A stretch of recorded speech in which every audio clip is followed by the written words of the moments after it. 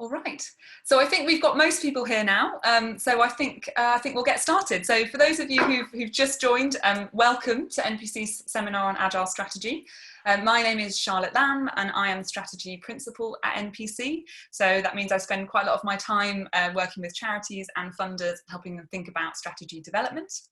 I'm also delighted to have Refugee Action CEO Stephen Hale here with me today, who's going to be presenting to you later. Stephen, just give everyone a wave.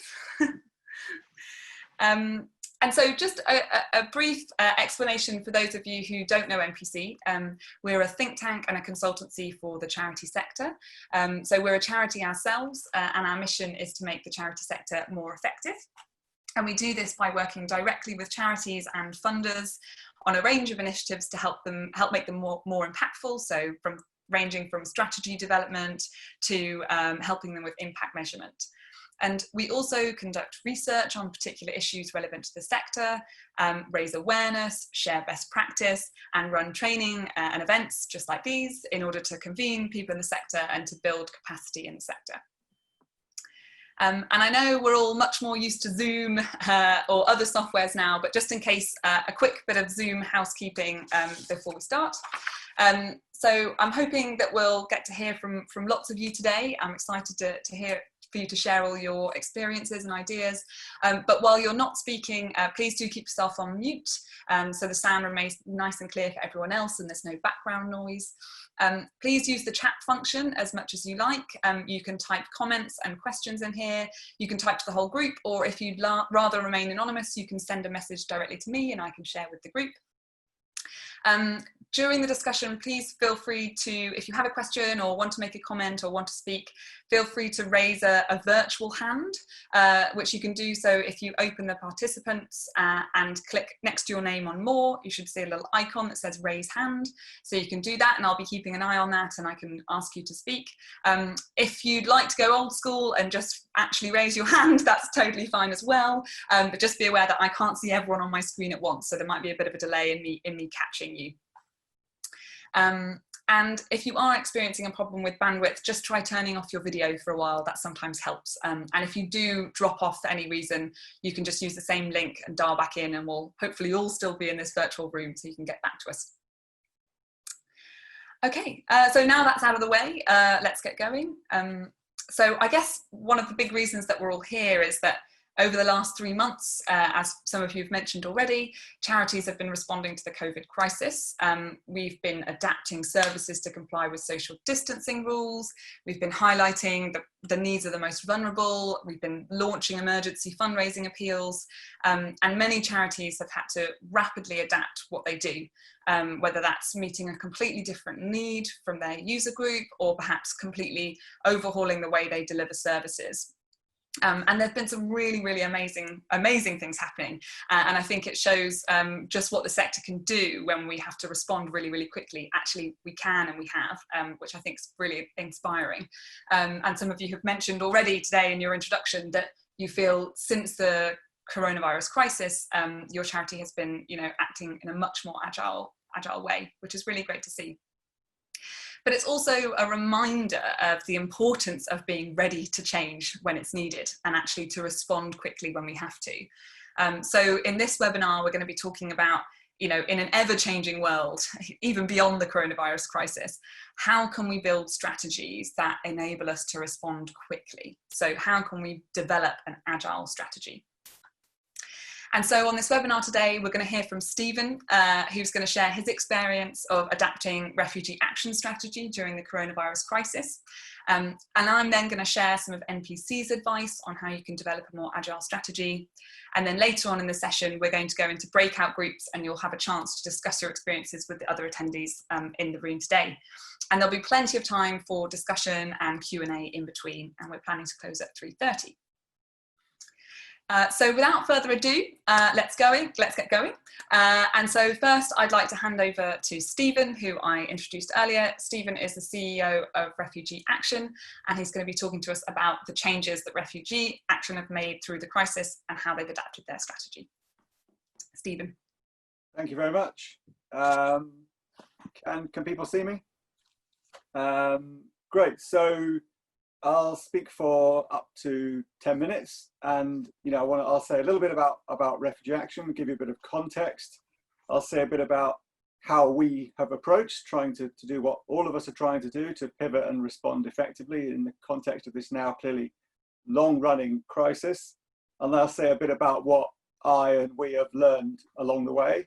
I want to speak mostly to our work as an organisation, but I also want to say a bit about the whole sector, about what's this meant for all organisations who are supporting refugees and people seeking asylum in the UK. So just to introduce us, that I've been Chief Executive of Refugee Action for 5 years. We're an organisation that delivers practical support and advice to people who are seeking asylum or have refugee status here in the UK. We do that in services in Manchester, Birmingham, Liverpool, Bradford, in London. We also do it through campaigns and advocacy to get to the root cause of the problems people face, which often lie in public policy. And we also have a good practice team that supports other smaller organisations in the sector, bringing them together to learn from one another and to test and develop and share new solutions. So that's who we are. And in sharing this experience, I bring, as much humility as I can convey through Zoom, because I'm aware that, there are all manner of different experiences and different leadership skills and different things that no doubt, I'm going to learn from just as much as all of you once we get into conversation and into breakout.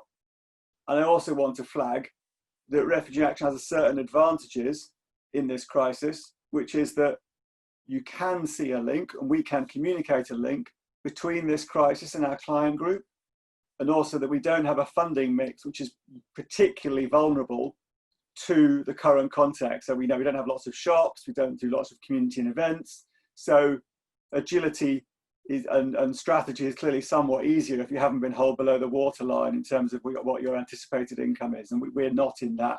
We're not affected. We are affected, but not in the way that other organisations are. But our clients really are affected in this crisis with greater levels of poverty, much greater levels of destitution, big issues around mental health and isolation for people who, often don't currently speak English, who many of whom will have children who can't access education, who don't even have phones in some cases, certainly very few have tablets. So you're dealing with people with very low incomes, very poor flows of information, and lots of prior trauma, which obviously exacerbates their experiences and their feelings and their anxieties in the current context. So that's just to sort of situate where we are and what the challenges are for us. In terms of our approach, just very practically, so when all this started, we first of all pivoted and we set a really simple objective as an organisation in 20 words at the senior leadership team and said, this is what we want to achieve in this response, essentially to respond effectively. And we also defined, again, in half a dozen bullet points, how we wanted to approach meeting that objective. So we put down that, we do want to be agile. We will act on imperfect information. We want to be effective not only in our own response, but in supporting the sector. We want to speak out for our clients. So we captured really crudely what we were trying to do and the approach that we wanted to take.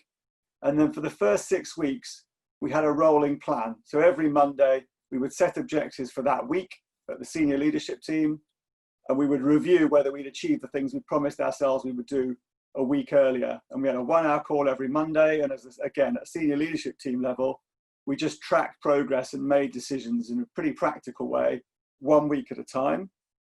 Out of that, we then moved into a 6-month plan. So we now have a plan that takes us to September. And through this, we've interacted with a small subgroup of the board, 3 board members, and they've given us backing where we need it, particularly around obviously making financial decisions, because although, as I said, our income is not held below the waterline, some significant portions of our income haven't been affected.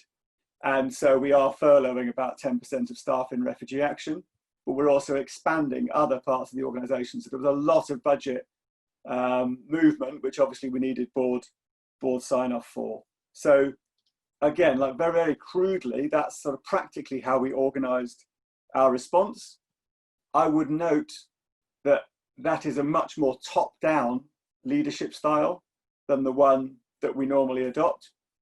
And I think it's worked relatively well. It was necessary in the context. We've seen all of our staff, be able to move quickly to moving remotely. The number of people we're supporting through our services actually significantly expanded. We are meeting a wider range of needs that people now have, much more, significant needs than they had prior to the crisis. Our campaigns, I think, have been effective in their execution, but you can influence and shape many things, but you can't change the fact that Priti Patel is the Home Secretary. So I wouldn't overclaim the impact of that, because we are up against some really tough barriers there in terms of the hostility of the government to our client group at present. But I think maybe the most significant part of our response as an organisation has been the way in which we've been able to adapt our good practice work to support other organisations in the sector. And what we did was we partnered with funders, with a group of around 6 to 8 trusts and foundations. They put money into a pot. We're working in partnership with that group of funders.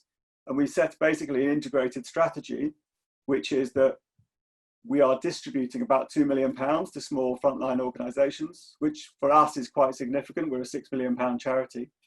But also as part of that, we've established an information and data hub, which allows us to collect information on the changing needs of people and also of the organisations in the sector. And we're publishing that, and we're also distributing, we're also working on what some of the key challenges are for organisations in the sector so that we can share solutions. So I just post into the chat there a link, which is to a new website we've established. The link is to the data hub. So we publish a bulletin every 3 weeks on how the needs of people and organisations are changing, so that funders and us, and indeed, people we're advocating to in government can see what the barriers are, what the anxieties are, what the changing needs are. And that evidence is, for instance, obviously the chronic problems that people have, that they haven't got access to technology, to data and information.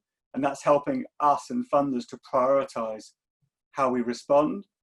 And the website's also got work going on where we're testing and sharing solutions to some of the barriers that organisations face. So that might be of interest, but I just flag it because I think it's quite an important part of the response.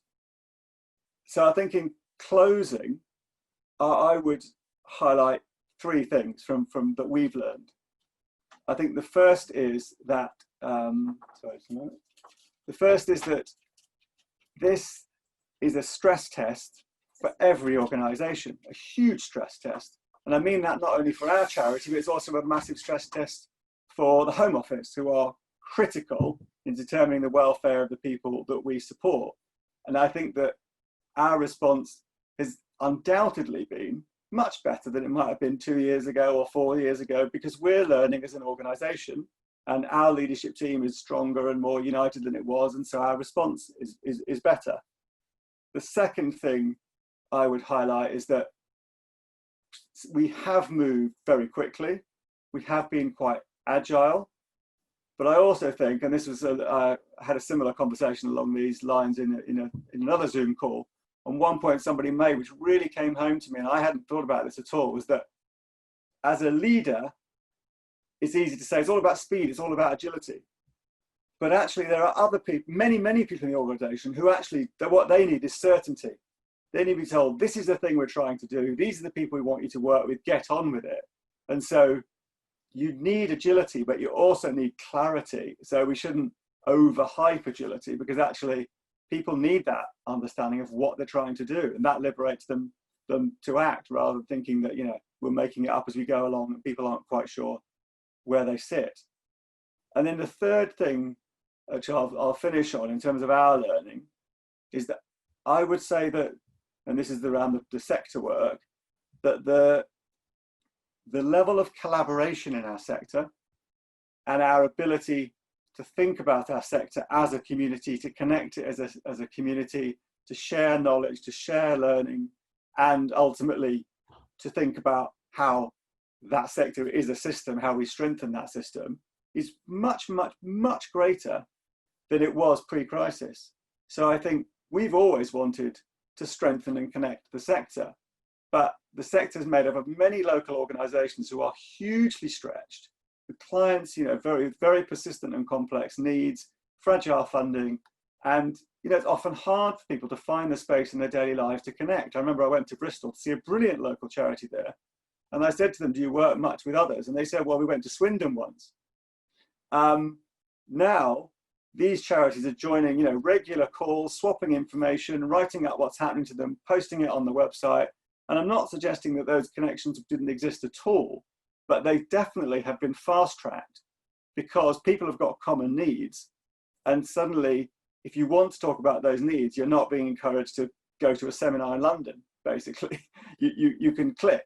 So I think that the potential for collaboration has really, in our sector at least, been greater in the current crisis. So that's all I wanted to say by way of the practical way that we've responded and some of the things that we're learning along the way. And as I said, I look forward to learning from all of you on the call throughout the rest of this conversation. Thank you. Thank you, Stephen. And I wanted there's plenty of time for discussion at the end, but I wanted to open it up and see if anyone had any questions for Stephen on that straight away. You can raise your hand on the screen, or you can raise a virtual hand. I'll try. I can't see you all, so I'll have to flick through if you're raising your hand on the screen.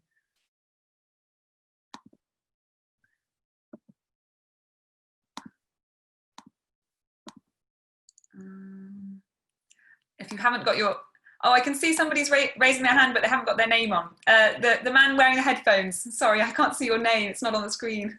David de Hi, David. Hi there. Thank you. Go for it. The floor's yours. David Baseman from Kids, which is a disabled children's charity. We're all having to deal with things on a very short time horizon. You talked about 6 weeks and reviewing it weekly, which has been our experience too. Are there things we need to just keep our eye on that are slightly longer term that you've found you've needed to do as well? Or is it really just responding to crisis at the moment? Do we see if there's any others and then I could pick them up maybe? Okay, yeah. Yeah, sounds great. Daria has a question. Yeah, hi. So apologies if I've missed this, but I was very curious about that 20-word statement that you mentioned in the beginning. And I guess one question would be like, what was it? But also, how did you arrive at it? And was it useful? Yeah. Thank you. Polly, thank you, Daria. Polly had a question. I've got two little ones, if I might. So one is, so you talked about having to adopt a different leadership style, so being much more top down and having to make decisions with much less consultation. I've definitely found the same thing as well. And I'm just interested in your thoughts about the impact of that on organisational culture in the longer term and whether you think there is any. And also looking again at the longer term, are there things that you've, what are the long-term opportunities for your organisation that you think arise from the different ways you've been working in the crisis? Because for us at Shelter, there are actually quite a few of those. There are things that we definitely won't be doing when the crisis comes to an end, if it ever does. But there are also things that actually are opportunities to do things differently, and we want to consciously build on them. But because partly because of that more top-down leadership style we've had to adopt, we maybe won't have brought everyone with us as much if we then try to continue different ways of working for the future. Do you see what I mean? Yeah. Some great points. Thank you, Polly. And I'm just going to go for one more question. And I'm sorry to everyone else who's got their hand up, but there's lots and lots of time later, and I want to save some time for that. But Graham, I think you had your hand up next, so we'll go for one more, and then I'll give Stephen a chance to respond. Yeah, I was just writing into a chat, so I'll read it out. The timeline for making decisions between CEOs and chairs and boards reduced considerably in the early days of COVID because of the continually changing government recommendations. However, it's still apparent around at the moment in certain charities And of course, command and control was the style of management in the 50s, 60s and 70s, ex-Second World War. We've worked hard over the years to move management to a much more open and transparent type of operations. But I just wondered if other people had experience of this command and control when business continuity plans were impacted. Thank you. Okay, thank you, everyone. I think, Stephen, there's sort of three main themes coming out of those questions, really. That I think first is the longer term. So what will you take into the longer term? What have you learned and that will carry on? The second, I think there's two slowly linked things. Polly's question around how that top-down approach changes the culture. And I think that's partly linked into that command and control question from Graham as well. And then finally, the question from Daria around your 20-word statement. So I'll leave you to respond to those in whichever order you choose. Okay. Thank you. Thanks, all great questions, and there's some reflection within them already. So our statement, which I'll read out, which you'll then find is not 20 words, our objective is to respond effectively in every area of our work, play a key role in a strategic and effective response by organisations across the sector, whilst ensuring the well-being of staff and the financial sustainability of the organisation. I think we have 110 staff, so I think it's really helpful because people can talk about agility and staff buy-in, but if you've got 1,000 staff or you've got 10 or you've got 100, those issues are obviously very, very different. For us, I would say we know from staff surveys, and one was very recent, and we did another one 6 weeks into the crisis, that there are quite high levels, very high levels of confidence among staff of leadership. So that means us moving more quickly or being more top down is unlikely to trigger reactions. So I'm not worried that there's been a negative impact on the culture by not taking people with us. I would actually say that the organisation feels more connected. Again, we're running, half an hour meeting, 20 to 30 minute meeting every Monday. All 110 staff, if they're around, are joining that. Lots of people, it's not me talking per se, but different teams are sharing their experiences, both personal and organisational. So I feel like we're more connected and there's more understanding probably of how things fit together. And that connection between teams has been a really important part of our response. I think without opening up what would require another all-day seminar, I would highlight that, like many organisations, we have wanted to think through and very, very quickly articulate our response to the Black Lives Matter movement and to issues of structural racism. And that's ongoing, clearly, and a much, much, much more complex thing to do remotely, to do when you've got people in all parts of the organisation that have got feelings, but you don't know, obviously I'm not in day-to-day contact with them, and nor necessarily a lot of the, so that's an example of a thing where we really do need to navigate an effective response and take people with us, and where the remote working in the current context is really dangerous because you want to move fast, but then people say, where the hell did that come from? And you haven't heard my take. So there are issues where in terms of organizational strategy, I feel we're moving together, but there are other issues like that where the risks are far greater in the current context. And then the last thing I'd comment on is that first question around the longer term. I think possibly because, our finances are not hold below the waterline in terms of our income sources, and because we play this good practice role for the sector, I definitely think we've had that very much in mind. And we, although we only have a 6-month plan, I think it's relatively easy to see now the future direction. And a lot of people I manage are saying to me, I don't want to write 6-month objectives, I want to write 1-year objectives, because when we agreed to make a 6-month plan, it was a couple of months ago, and a lot of us, it was being talked about more as a 6-month type of crisis. Now we can all see that there isn't a hard end date, and September's not going to see every child in a class of 30 and everything else. So I think there was no long-term thinking in that first 6 weeks other than within the good practice team, because that's their role. But I think there is quite a long-term perspective in the approach we've got. I don't envisage we have to have a big debate in July or August about where we're going to go in the second half of the year. So that, I hope, picks up many, if not all, of the important points people raised. Thank you. Great, thank you, Stephen, and thank you to all of you who asked questions. Great to see some really thoughtful debate and comment coming through already. And for those of you who don't, there'll be plenty of time to pick it up later. But I think, you know, Stephen's example is just one of many of examples of organisations who have, you know, responded really quickly and brilliantly to the crisis, and actually, again, shows how agile we can be as a sector. But what I want to focus on now is this question of how can we bring some of these ideas and experiences of responding so quickly into how we develop strategy going forward? So how can we make this agility the new normal, and how can we, you know, continue to develop agile strategies? And so, oh, sorry, I'm trying to just click through my, oh, that's working. Okay, good.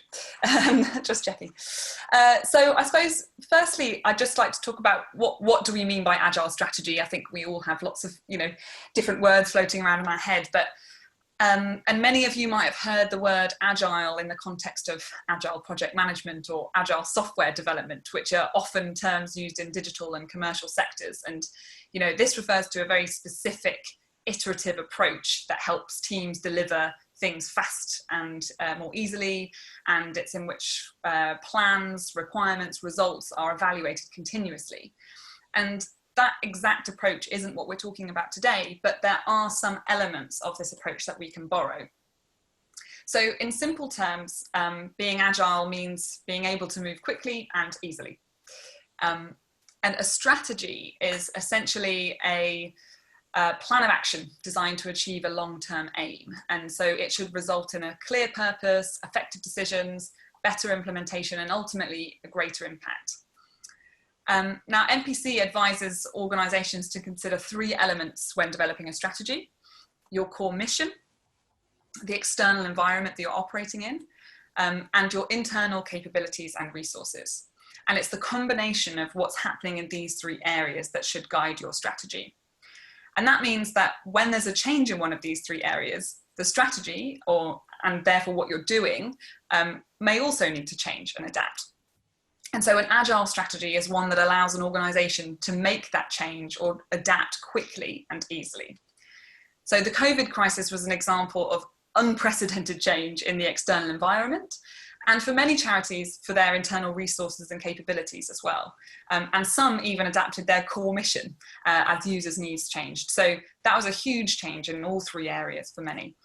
But even in regular times, whatever that may be now, these 3 elements are constantly shifting and changing. And so our strategies should be adaptable and flexible to that as well. So today I'm going to talk through 5 key ideas that might help you to do this in your organisation. So the first is to understand what is changing. So the reason you might want to have an agile strategy is to have one that's relevant in an ever-changing environment. But there's no point adapting or changing what you do only to become less impactful. So it's vital to understand what is changing and how, so that you can adapt in a way that continues to serve those you're seeking to help. And assessing context and need is often part of a strategy development process, thankfully. I often, see organisations taking this into account. But often this quite resource-intensive efforts go out of date quite quickly. So if we want to be more agile, we need to build iterative learning about our external context into our approach. So this real-time learning can energise us, but also ensure that our strategy remains relevant and therefore impactful. So 3 things that we can do are to create and use continuous feedback loops between users and staff, and use this feedback in regular decision-making. So Safe Lives is an example of a charity who does this by regularly surveying survivors of domestic abuse and using that information in continuous decision-making. Secondly, we can identify existing sources of data that remain up to date and that we can use to inform our decisions. And this stops us having to do the research all the time, but it can be a really, really helpful source of data for us. And thirdly, collaborating with partners who understand the context and users' needs is so important here. And thinking of ways that we can regularly check in with them and use what they're learning in our strategic decision-making. And I think it's really important to remember the two key elements of this learning approach. Firstly, it's capturing what we're learning from users and partners, which I think the sector is getting much, much better at in general. But the second and most important bit is actually using what we learn to make the strategic decisions. And it's that second bit that makes your strategy more agile. So having a think about where and how you could fit these feedback loops into decision making will be a really useful tool. Secondly, I want to talk about shortening planning cycles. So I've talked a bit about regularly feeding in information to decision making, but what does that regular mean? Well, traditional strategy development processes often see organizations create 3 to 5 to 10-year strategies. And sometimes there's a review halfway, but often big strategic changes are only made at the beginning of these 3 to 5 year cycles. And in a world where things are changing so quickly, 3 to 5 years is too long. And as the COVID crisis has shown us, we often need to make changes outside of a strategy window. So how can we be more ready for this?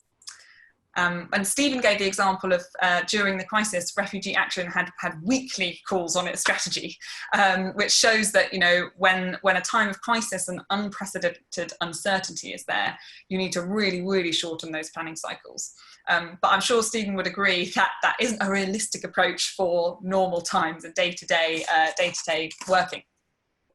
But actually, by shortening our strategy planning cycles, it can enable us to remain more relevant as we're using up-to-date information when making decisions. But, and I like that Stephen mentioned this as well, the challenge is that it's also useful to have a long-term vision, to set direction and create some form of certainty and consensus within the organisation. So striking that balance between really short-term and long-term is the sort of right balance that you should be looking for. So perhaps thinking about what part of the strategy development process does need to be done every 3 to 5 years, and what could be done every year, or what strategic decisions could be made on a 6-month basis, or even a monthly basis. And that will be different for every organisation. But to give you an example, it might look something like a charity's vision and mission is unlikely to change in the short term. So that could be set every 5 years. And, you know, that actually might stay the same for decades. But other things that are often set at the strategic development stage, such as the role that your charity plays in the big picture, which is greatly affected by wider context and other players, and the outcomes that you're working towards, could actually be set on a more frequent basis and updated more regularly based on new information. Some things, like activities, could be planned on an even shorter timescale. So not setting certain things in stone for such a long period of time gives you a lot more flexibility.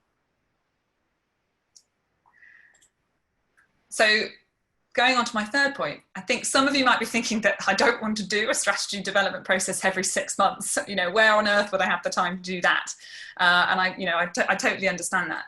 And that's the idea, where the idea of a minimum viable strategy comes in. So a minimum viable strategy is one that has a clearly articulated, deeply understood vision, mission, values, and priorities. But the rest, the outcomes and the activities, are flexible and adaptable. So with a minimum viable strategy, where you're going is key, but how you get there isn't set in stone. And so it's actually really focused on a handful of important things. So the purpose of the organisation and what your priorities are. And the execution of the strategy is a sort of continuous process of sensing and responding to change. So activities in a minimum viable strategy might be indicative. And lots of organisations are using co-design more often now, so you have to be ready to reshape your programmes and activities anyway. And so I think trying to let go of the habit of representing every project and programme in detailed strategy document will free up the process and allow you to be a bit more flexible in what you decide to do and when. But I think this can also contribute to a feeling of uncertainty, which as Stephen alluded to earlier, can be a bit unsettling. And so for this to work really well, there are two things you have to get right. One is it's so important to do that work on mission, vision, and values, and making sure that the priorities of the organisation are really clearly articulated, because those are the building blocks on which all the other decisions about activities are going to be made. And secondly, I think this requires quite an in-depth understanding of how change actually happens. So the change that you're trying to see, how does that come about? And that a really good understanding of that, again, forms a building block for which you can make those decisions about activities as well. And so a theory of change process might help you with that, for example. And so with this approach, you don't end up with a really verbose strategy document. Your strategy document looks a lot smaller, but you'll have a clear goal and a guiding star for sort of more regular, agile strategic decisions to be made on a more regular basis. And so this can feel like quite a daunting change in approach. And I think one of the things that might be interesting to try is, if not for the whole organization, why not try this for a program first and see what you learn and see how it goes? You know, take a sort of step-by-step approach to this, because I can appreciate it's quite a different approach to what many organizations do currently. So the fourth idea I want to talk about is getting better at scenario planning. So an agile strategy should enable a quick response. So the COVID crisis has shown us that the charity sector can respond quickly when it needs to. And actually, one of the things that can help us do this better in the future is being prepared for when different things come up. And this can help reduce uncertainty and increase the speed of the response when you need it. It can also actually help open up ideas of different options that you might not have thought about before, which is kind of another hidden gem. So NCVO have a really interesting guide on scenario planning, and they say that, you know, scenario planning is a process of developing a view of alternative futures in order to create a resilient strategy, and a resilient strategy is much more supple and durable. And so their process involves asking questions about possible future states or possible future needs of those who you're looking to help, and looks at the driving forces of these and how the charity might react to them. But it really encourages you to focus on things that have high uncertainty and that have a critical impact on your organization. And those are the things that you need to focus on and make scenario plans for. You certainly don't want to be making scenario plans for everything, because you'll end up only doing that and you won't be very agile at all. But there will be a few things that are really critical and really uncertain, and planning for different scenarios for that will enable you to respond quickly when you do know what happens and more certainty is created. And finally, I just want to talk about enablers. And actually, I've struggled for what to call this slide for a long time, because there's so many different ways of talking about it. But I guess what I mean is, what are the things that are going to help you make your strategy more agile? And I suppose a lot of that is around the decisions. And a conversation's already started about this a little bit as to how decision making happens. So Stephen mentioned, to move fast, often you have to have quite a top-down decision-making culture. And actually, that's maybe not one that you'd want to kind of keep, you know, in the long term. So thinking about that's helpful. So I think really thinking about where the decision-making power needs to lie in your organization for you to get the right balance between certainty, direction, but also agility.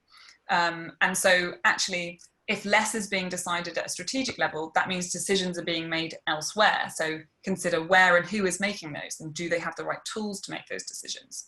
And actually, is it about the type of change that you're making? And in certain types of change, it needs to be an inclusive discussion that involves the organization. But in different types, actually, it can be top down, and that is the right thing to do. And it's completely different for every organization. But I think these are things that are good to think about in advance. And when these things come up, you're more prepared for how you will involve everyone in that response. And then the other sort of second big group of decision makers is funders. And so an agile and adaptive strategy has significant implications for funders. So when less is planned out in advance and plans are subject to change, charities can give funders less certainty. And also strict milestones and restricted income impedes the flexibility of organizations to be agile. On the flip side, unrestricted funding and trust empowers charities to change quickly with a freedom to adapt to an external event. And so for more adaptable ways of working, funders need to be more comfortable with the monitoring and resourcing implications of this. So they need to be more flexible and be happy to take on a bit more uncertainty, hopefully with the trade-off of a greater impact. So funders play a vital role, and I think for charities it's worth considering talking to funders, thinking about how new funding streams might give your organisation more flexibility, and considering that when looking at fundraising as well. And if you're a funder, consider how more flexible grant making could encourage agility within charities as well. Oh, sorry, I'm going to end my... So there are many, many ways that we can be more agile in our strategy. And I've shared sort of five key things today that I think are helpful. And just to kind of recap, the first is understanding our environment and making more regular feedback loops. And secondly, that it's not just understanding your environment, but using that information to make regular decisions in your strategy. The second is making planning cycles shorter. The third is considering a minimum viable strategy where you set where you're going really clearly, but how you get there is a lot less set in stone and more flexible. The fourth is to consider where scenario planning might help you be more resilient and respond quickly when you need to. And then finally, think about how your funders and your staff might help you to implement a more agile strategy and what you might need from them in order to do so. So I'll pause there and see what questions people have. I might do what Stephen did and ask for 3 or 4 questions and try and respond to them all at once.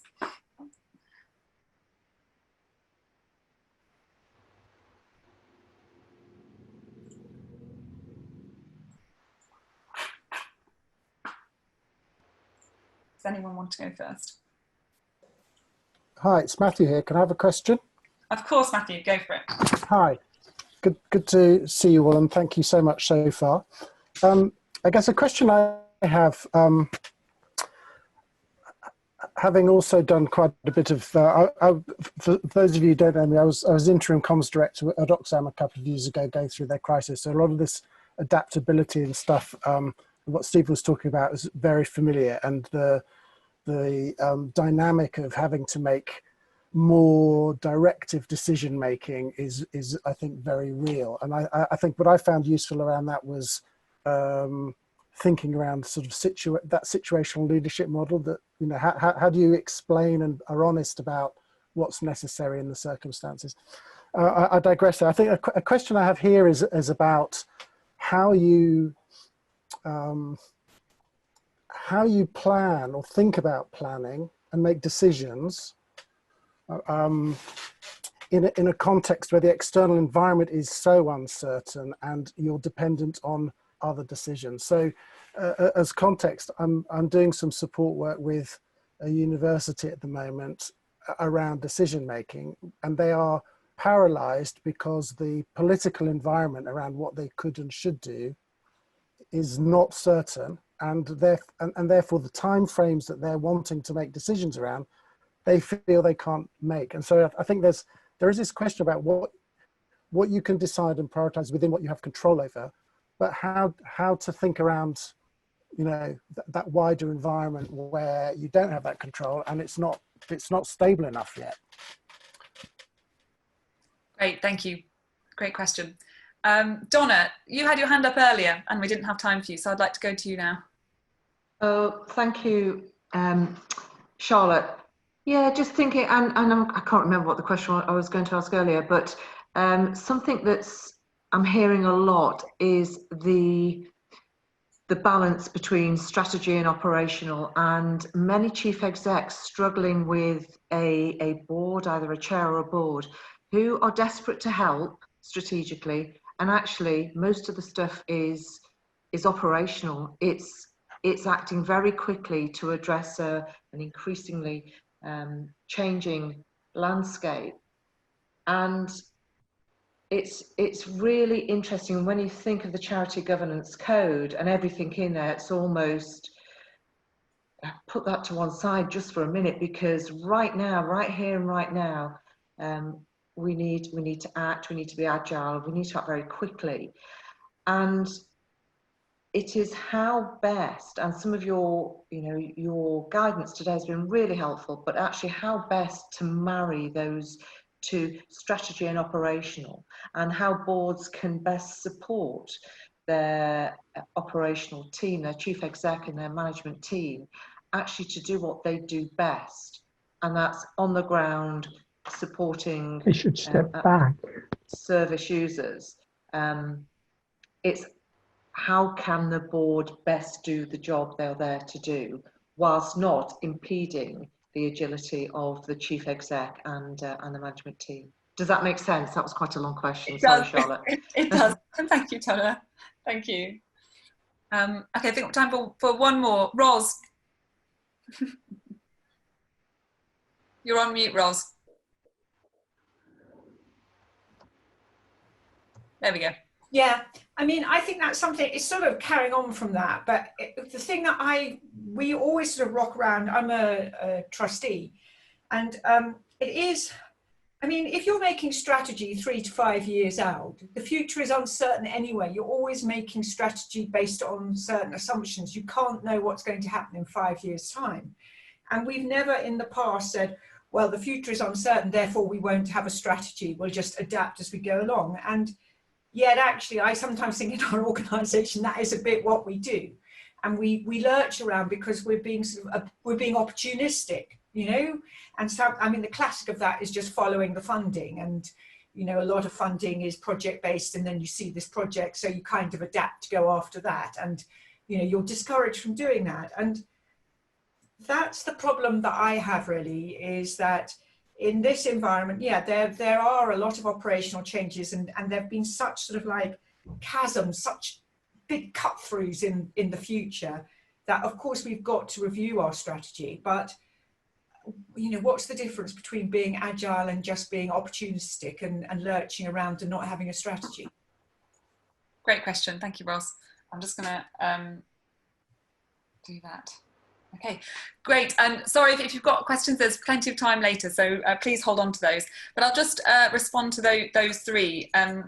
So Matthew, your question about how do you make decisions when there's so much uncertainty? And I think that is obviously is a problem that I reckon all of us probably have come across, especially in the last few months. But again, something that's not going to go away. And I think I'd go back to my my point a bit about scenario planning. And so looking at the different options, and what it doesn't do is give you certainty, but what it will help you do, which I think is key to this question, is thinking about what are the critical dependencies of this decision. So sometimes it can feel like there's so much uncertainty, it feels a bit overwhelming, but often there are 2 or 3 things that we need to know or feel we need to know in order to move forward and make a decision. And the rest around it is quite a lot of noise. So I think thinking through your scenario planning and thinking through what are the key things that I have to do in order to go. And also what will we do if we can never know this? Because there's an element of actually sometimes I think there's got to be a risk, or we've got to take something because we're actually never going to know this.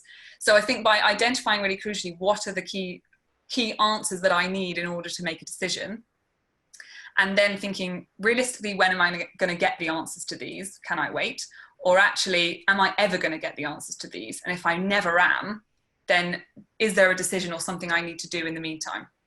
So I think that's kind of an interesting thing to think about, but a real challenge and never an easy one. Donna, your question around how best to manage, to make use of the board who really wants to help when often actually it's operational stuff that you really need. So I think having that conversation around, is this strategic or is this operational? And actually having that conversation around what do you really, really need support on? And sort of maybe it's worth having a short conversation about strategy and coming to a point where you say, actually, we don't need to change anything on strategy. Our strategy is right for right now, but let's focus on operational. We'll kind of allow the board to get past that point, because I think the board often feel like that's their role, that's what they need to do. And so kind of by giving a small bit of time to that and then realizing actually it's the operational stuff, I think that might help kind of get over that initial stumbling block. But also, it's not to say the board can't help with operational things. There's always lots that they can do. So I think being really clear about where you need challenge, where you need advice, even on operational stuff, can put the board to good use, and they can really add value at a time like this. And then finally, Roz's question about where do you draw the line between opportunism and agility, which I think is a very well worded question. And I think the key thing here is what I was talking about around a minimum viable strategy. So having a really, really clear purpose and vision is the thing that differentiates being agile to being opportunistic. So if you are guided by that really clear, this is where we're going, this is how we go about it, and these are our priorities, then you have room to be flexible within that, but you will still be on a set direction with a clear goal. If you don't do that, I think that's where you end up being opportunistic, because you follow external influences and follow the funding, or actually your strategies start to diverge a little bit. I think because it's the lack of that really clear direction. So agility doesn't mean, doesn't have to mean sort of chaos or opportunism. It just means flexibility, but within a very specified goal and direction. Great, so I'm conscious of time, so I'm going to get everyone into breakout groups now, so you have a bit more of a time to hear from each other and share experiences in smaller groups. So I'll just, sorry, I've stopped sharing my screen and I just want to reshare it. I'll just share my screen so you can see the questions. So you're going to be in breakout groups, and don't worry, you don't need to do anything. You will be automatically zoomed into a mini breakout group on the screen. And what I'd like you to do is to discuss amongst yourselves 2 questions. What have you done recently to make your strategy more agile, and what went well and what didn't go so well? And what barriers do you see to developing a more agile strategy? And you're free to focus on one, you know, spend more time on one than the other. Please try and get through both of them, but understanding that you might want to weight them slightly differently. And can I please ask you to nominate somebody in the group who's going to report back when we come back together in the group? I'm really keen that everyone can learn from the interesting discussions that others have had as well. So you're going to be zoomed into different breakout groups. There will be someone in your group who's going to facilitate the discussion for you. And you will have, it's 5:02 now. I think I'm going to give everyone 15 minutes in the breakout groups for discussion. So you'll be pulled back in at 3:10 back into the main group. And I'll give you a warning before that, so you're not surprised. So enjoy your discussions and breakout groups. I think it might take a moment to get you in there, but yeah, thank you for the thoughtful questions so far. I look forward to being back together again soon.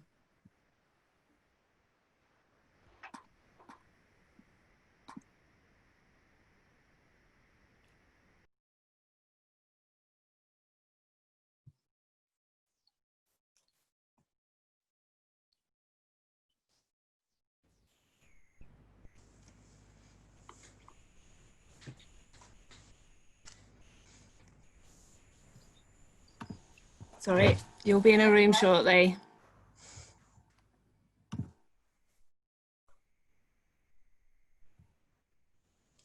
Dear.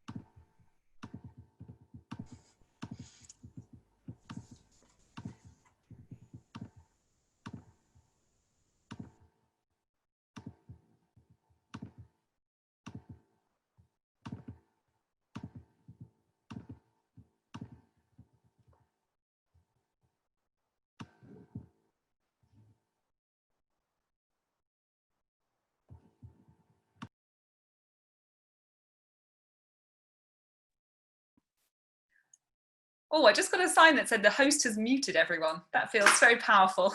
Sorry if you were unmuted. Great. Well, welcome back, everyone. Hopefully, you enjoyed your breakouts and you had a group discussion. I'm now just going to ask each of the people in the group who are nominated to share some key points of the discussion, and we've got about sort of 15 minutes to do so. So feel free to kind of just recap some of the things, or even just pick out some of the really interesting points. It might be that you ended up discussing one thing for a long time, but I'd be really interested to know what came out. Were there any sort of barriers that you all really agreed with, or anything new that came up from the discussion that we hadn't talked about earlier that you'd like to share with the group? And I'll ask people to sort of share reflections, and then if you do have any other questions, I'll leave them to the end. I'll note them down, but I'll leave them to the end, and we'll see what we have time to answer as well. So can I ask somebody to nominate themselves to go first? Judy. Thank you, Judy. Hi, I think I was in group 4, so I hope I represent them okay. Basically, the agility side was people were finding that actually having Zoom in pajamas does help to improve communication, but also it's been really good to have some quick, fast, agile communication with staff members. Some large member groups, some smaller member groups, but it has actually helped decision making.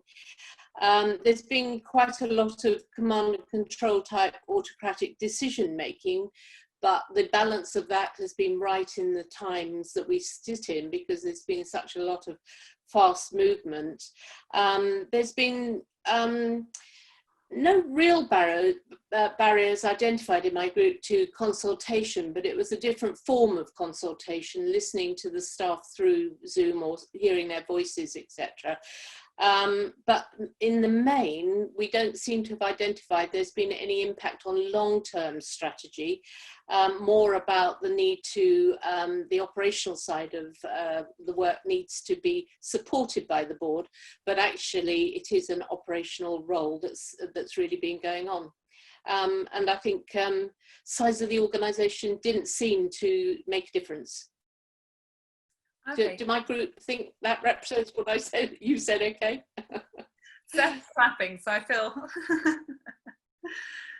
Thanks, Ros. Great, thank you, Judy. Thank you. So, would anyone else like to go from the breakout groups? Trying to look at everyone at the same time. Graham. Yeah, unmuted. Thank you. In conclusion, that really strategy and objectives have not changed really, because that is what the charity is all about.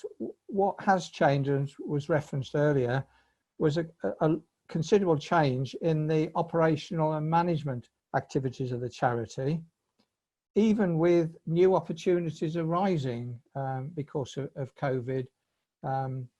One of the members mentioned that they are involved in the wild animal area, and obviously where perhaps this all started in a wet market in China was of interest to them and has given them new opportunities. The challenge then is, will the finance be there? Because obviously finance becomes under pressure. Moving on to the second area, barriers. To me, it's an attitude of the trustees that needs changing, because, for example, decisions that a trustee board took a month to take or months to take are now being taken in a couple of days. Decisions that a trustee board took perhaps weekly now has been happening in hours, especially in the multi-academy trust area where the government was chopping and changing its requirements and guidance day by day. Felix came in at the end and made a very valid point about well-being. That is coming to the top of charities' business critical showstopper risk lists. There has been a lot of research and study done over the years with regard to home working. When we introduced it for our call centres, and I did work it out 22 years ago in Rawson Alliance, we made sure staff came in once a week to meet their colleagues. Things they spoke about then, which I appreciate now, is that I don't have an informal time around the coffee machine with work colleagues. I'm a trustee, but you meet around the coffee machine and have a chat about things. That's gone. There's no office grapevine really that used to work. So that it is the well-being of staff in this COVID work from home environment. It will continue. I think we'll see a lot of cheap office space coming along as organisations downsize, especially the big corporates. So yeah, it is the well-being item was the thing we ended up with. And I hope, my colleagues, that I've commented to your satisfaction. Felix, you made some points. Do you want to come in? No, thanks, Graham. I think you've captured that well. Thanks. Thank you. Great. Graham Briscoe out. Thanks, Felix and Graham. No, really, really interesting, and I think definitely some of the things echoed in my group discussion as well. So, anyone else want to nominate for their group? Liz, you've got your hand up. Hi, so I was with group 3. We had a really interesting conversation that focused a lot around the subject of a minimum viable strategy, which chimed for those in the group. There was a really nice phrase used at one point, linking this to very thoughtful agility and needing to be conscious about the decisions that we're making. There was some interesting discussion about how at least one organisation had split into the parts of the organisation who were in crisis response and very operationally focused, and those who were thinking slightly medium to longer term, and the challenge about bringing those two parts of the organisation back together at some point. There was then a discussion about, as we move forward, keeping what is routinely useful. And two of the things that came up in that conversation were around the value of how we've been using data differently within the lockdown period and the importance of involving service users. And there was one particularly strongly felt barrier in moving forward. Whilst the group were all very excited about taking forward thinking around a minimum viable strategy, super keen to make sure that funders and regulators are along on that journey.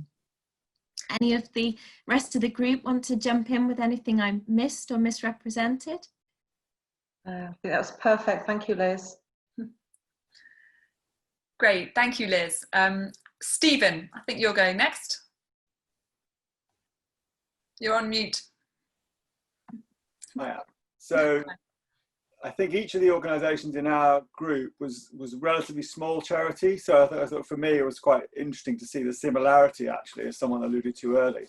So I think the three challenges that people alluded to were, first of all, a newish charity, a couple of years old, which I might have assumed, would have been very gung-ho, but actually we had a very cautious board and took a lot of time to persuade that board that they could make changes and that how they should move forward.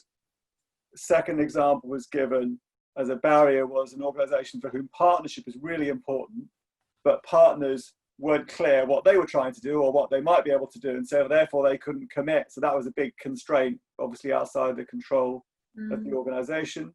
And then the third issue that was highlighted was the challenges around taking people with you when you need change within the organisation. You need people to change their approach, and that's been a challenge for organisations. So they were three themes from people in our group, or three critical issues. Great, thank you, Stephen. Yeah, interesting to see some of the conversation that we had earlier in the session reflected there as well, particularly around kind of taking people with you and how do you make decisions with who on these things. So yeah, really interesting. There are two groups left, one of which is my group. Olivia, you got your hand up. Would you like to go next? Thank you. Yeah, sure. Yeah, so I was group 5, and I hope I don't misrepresent anyone. I think overall the feeling in our group was that internal strategies had actually turned out to be more agile than they were maybe perceived to be.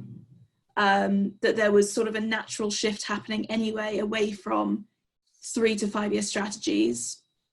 And that was sort of happening as an emergent process. And that a lot more focus was happening on maintaining operations I'm also aware not everyone in our group sort of got a chance to speak. I know Yvonne specifically had a question that we weren't able to discuss. So Yvonne, maybe if you want to ask that now, we can come back to it later. Sorry, I was just unmuting.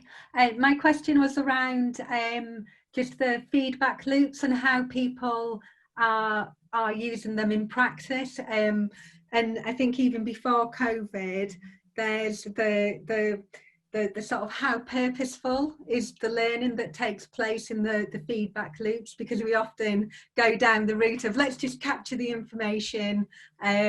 We have quantitative, qualitative evidence, but to what extent are we really being strategic with the questions that we're looking at? What is it that we're hoping to find out? What do we want to learn? And then have we got the right feedback loops in place to do that, which seems like a really critical part of an agile strategy, which Charlotte, you raised in your first point as well.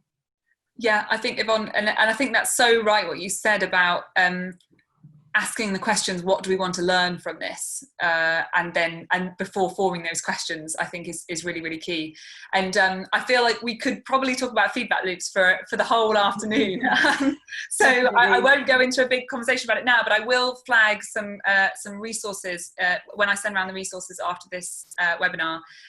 We have got some great resources on how to close that loop. So how to use the feedback that you are getting and how to feed that into decision making through NPC's resources and our website Inspiring Impact. So I will be sure to share those in the notes after the session as well.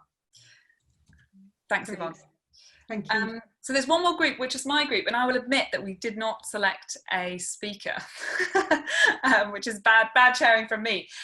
So Elaine or Eve or David, Antonio, does anyone want to nominate themselves to feedback on what we discussed?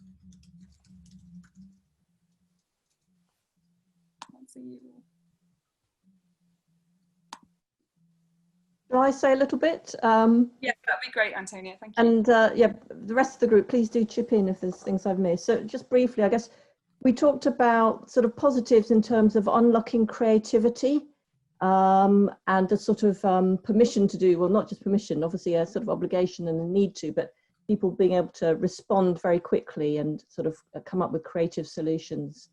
And also the power of drawing on insights from what beneficiaries and service users are telling our organizations very directly about the impacts of COVID, but also benefits for the organization and in terms of that translating very quickly into service developments and changes, and how positive it was for staff sort of throughout that, you know, the different parts of the organization being able to see that the learning and the communications was being acted on so quickly, and so seeing sort of tangible results and the beneficial impact on staff morale of that.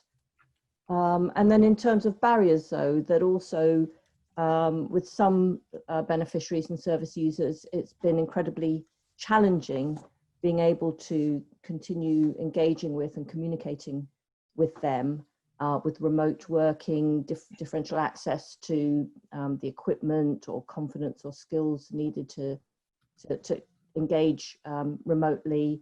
One organisation, one charity works a lot with people with learning disabilities, including some staff with learning disabilities, and for some people that's been possible and straightforward, and for others it's been much more difficult to achieve. So talked about that.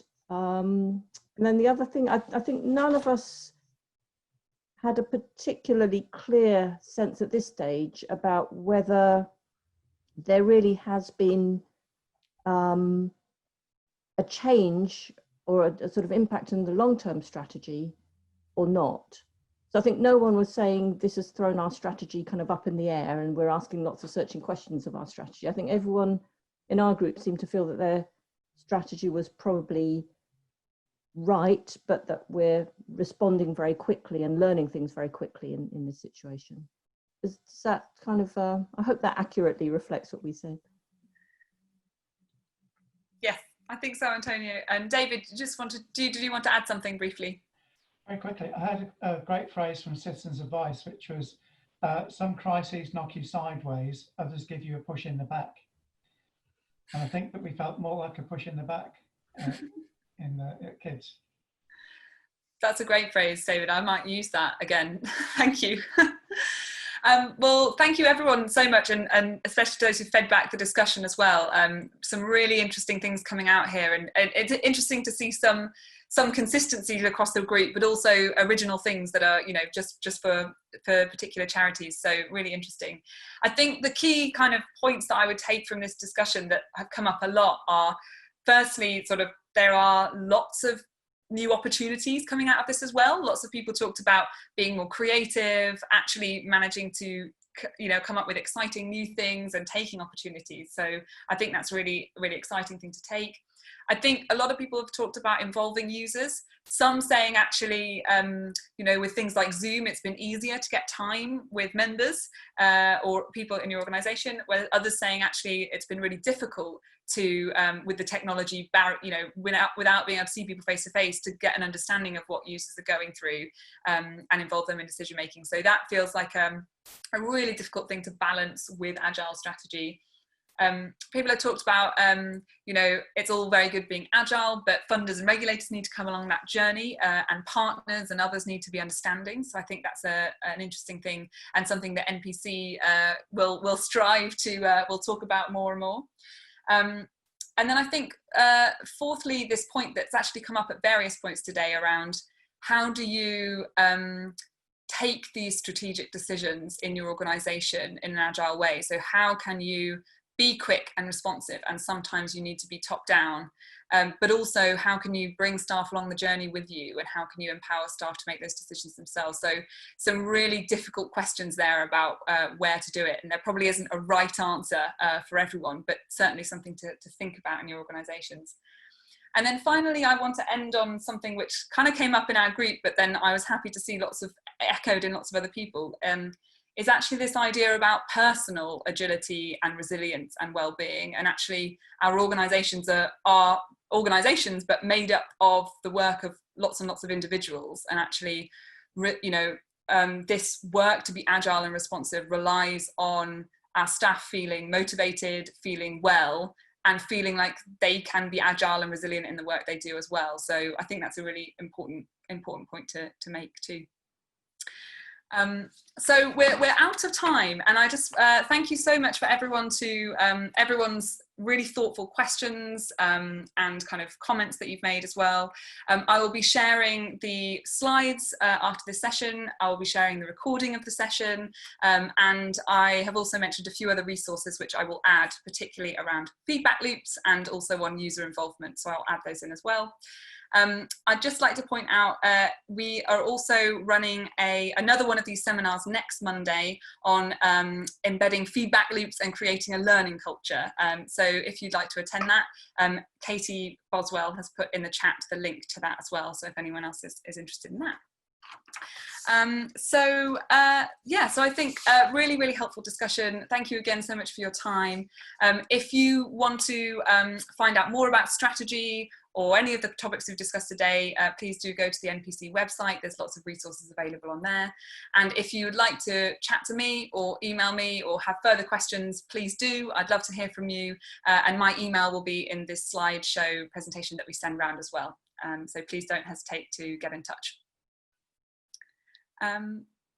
Brilliant. And and I should just say, if you do have any feedback for us on the webinar, please do let us know that as well. You can get in touch with me or any of my colleagues and let us know how you found the webinar. We're always trying to do better, to learn from these as well, so let us know. All right, thanks so much everyone, and have a lovely afternoon. Thank you, Charlotte, really great. Bye. Bye.